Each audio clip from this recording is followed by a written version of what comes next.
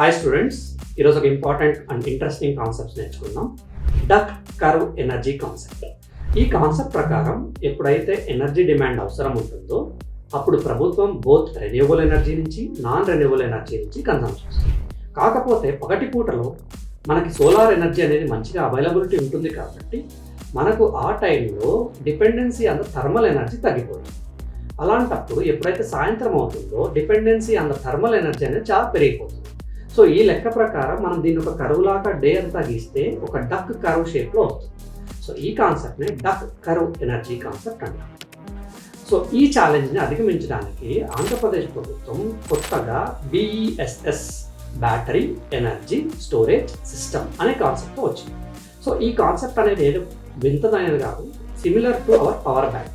So మనం ఎప్పుడైతే మధ్యాహ్నం పూట ఎప్పుడైతే మంచిగా సోలార్ ఎనర్జీ నుంచి మనం ఎనర్జీ ప్రొడ్యూస్ చేస్తున్నామో అటువంటి ఎనర్జీని మనం స్టోరేజ్ చేసుకొని ఆ స్టోరేజ్ అయిన దాన్ని నైట్ టైం వాడుకునే దానికి వెసులుబాటు కల్పించడం.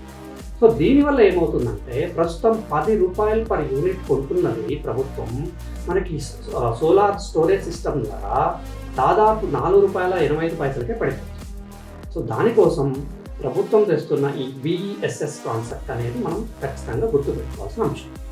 ఇది మనకి APPSC గ్రూప్ 1 మెయిన్స్లో ఎనర్జీ కాన్సెప్ట్లో కానీ, సైన్స్ అండ్ టెక్నాలజీ కాన్సెప్ట్లో కానీ, లేదా క్లైమేట్ చేంజ్ రిలేటెడ్ కాన్సెప్ట్లో కానీ వీటన్నిటితో ఇంటగ్రేట్ చేసుకోవాల్సిన అవసరం.